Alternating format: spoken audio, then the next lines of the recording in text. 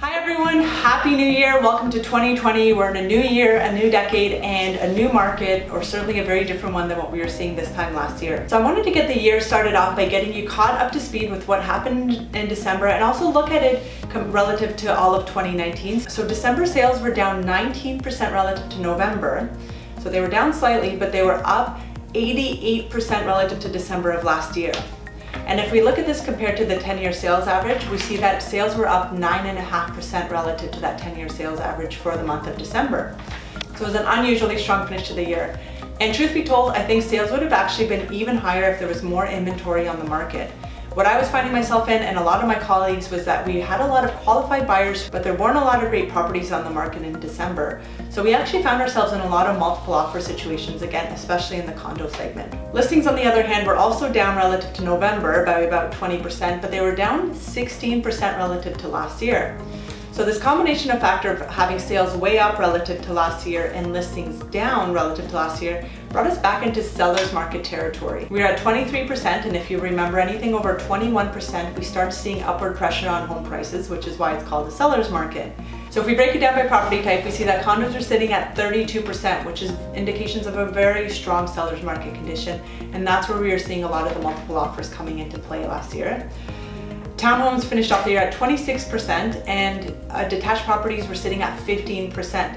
So detached properties were still lagging behind, and we see that they were in signs of balance to buyer's market territory. This one ratio doesn't tell everything, because if you look at it in the detached segment, it really varied on the price point. So we saw a lot of buyer demand in the entry-level price points for detached properties, and then that dwindled as you go up the price ladder. So overall, December was a very strong finish to the year with a lot of pent-up demand from buyers and not a lot of inventory to satisfy all of that demand. Now, if we look at this relative to what happened in 2019 as a whole, so total sales reported on the MLS last year for Greater Vancouver were 25,351. This is 20% below the 10-year sales average. Listings were also about 7.5% below the 10-year sales average. So the total number of listings reported on the MLS last year were 51,918. So if we look at just those two numbers, it sounds like a pretty uneventful year, a slower year than normal. Last year we transitioned through 3 different market types. So we started off the year in buyer's market territory, then we transitioned into the spring in more balanced market conditions, and then we finished off the year in seller's market conditions. So just to elaborate a little bit on that, at the beginning of the year in January, we had a lot of buyers in the marketplace, but they were in a holding pattern. They were looking at properties, but they were watching and waiting. And in addition to that, we had a lot of sellers who brought on inventory early on in the year at very ambitious prices, and there was a lot of sellers trying to get out of the market before prices corrected. As a result of that, it brought a lot of inventory onto the marketplace, which further slowed down buyers and made them more hesitant.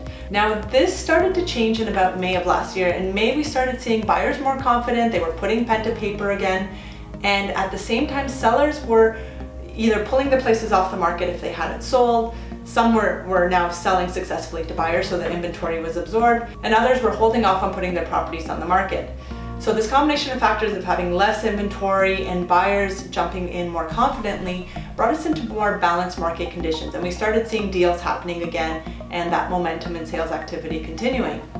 Now, as these two trends continued, which both of them went in that same, sales kept going up and inventory levels kept going down, into the fall that brought us into seller's market conditions. So we started seeing buyers more and more aggressive. So prices started escalating up, and we found ourselves in those seller market conditions. And at that same time, this fall, we did see a lot of inventory coming onto the market. We did see a peak in September, October, which is usual, but it still wasn't enough to satisfy the demand. And that's why come around to December, we saw some of the most competitive activity amongst buyers that we had seen all year. So we transitioned from having in January, February, about 7 to 8 months of inventory sitting on the market, to the end of the year where we had only about 4 months of inventory on the market. And those are signs of seller market conditions. So what this tells us is that we are expecting to start the year off on a very strong note, because a lot of these buyers are still out there, they're ready to go. Now, whether this continues into seller's market conditions or if it starts balancing out will depend in large part as to what happens with the sellers. And if we start seeing more inventory coming onto the market to satisfy this demand, things will balance out. But if we don't see that, and we haven't seen it yet, but it is still early in the year, If inventory remains low, we're going to see signs of very strong seller's market conditions, and we're going to see prices start to escalate up quite quickly throughout the spring. It's too early to make a definitive prediction on the market, but I'm certainly committed to keeping you posted as to what's going on month by month. So if you're thinking of making a move, get in touch. I'm happy to sit down with you, show you what's going on in your market. That's it for now. Enjoy the rest of the month, and I will see you guys in February.